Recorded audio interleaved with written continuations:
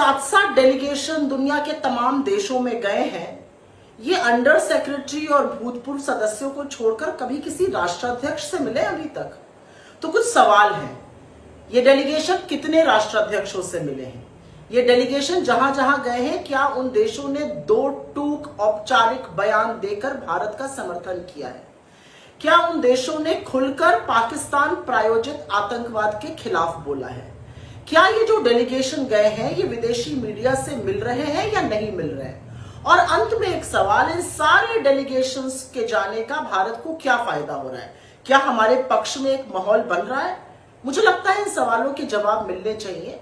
Delegation Modi ji ने भेजे हैं, विपक्ष ने उनका साथ निभाया है, लेकिन इसका रिजल्ट क्या हो रहा है, यह भी देश जानना चाहता है। एक ब्याहता हूं तो एक बात तो अच्छी तरह से जानती हूं कि औरत अपनी मांग में सिर्फ अपने पति के नाम का सिंदूर भरती है, क्योंकि वो सुहाग की निशानी होता है, सौभाग्य की निशानी है। किसी भी ऐरे गहरे नत्थु खेरे का दिया हुआ सिंदूर थोड़ी मांग में भर लेंगी हिंदुस्तान की ब्याहताएं।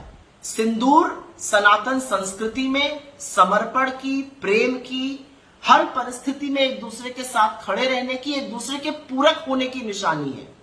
सिंदूर का मान ना रखने वाले सिंदूर को तो बख्श देते, उसका भी मखौल बना डाला। ये जो 7-7 डेलीगेशन दुनिया के तमाम देशों में गए हैं, ये अंडर सेक्रेटरी और भूतपूर्व सदस्यों को छोड़कर कभी किसी राष्ट्राध्यक्ष से मिले अभी तक?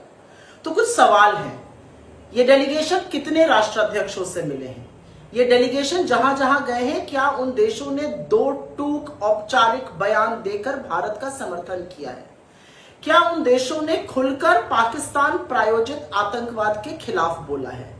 क्या ये जो डेलीगेशन गए हैं, ये विदेशी मीडिया से मिल रहे हैं या नहीं मिल रहे हैं? और अंत में एक सवाल, इन सारे डेलीगेशंस के जाने का भारत को क्या फायदा हो रहा है? क्या हमारे पक्ष में एक माहौल बन रहा है?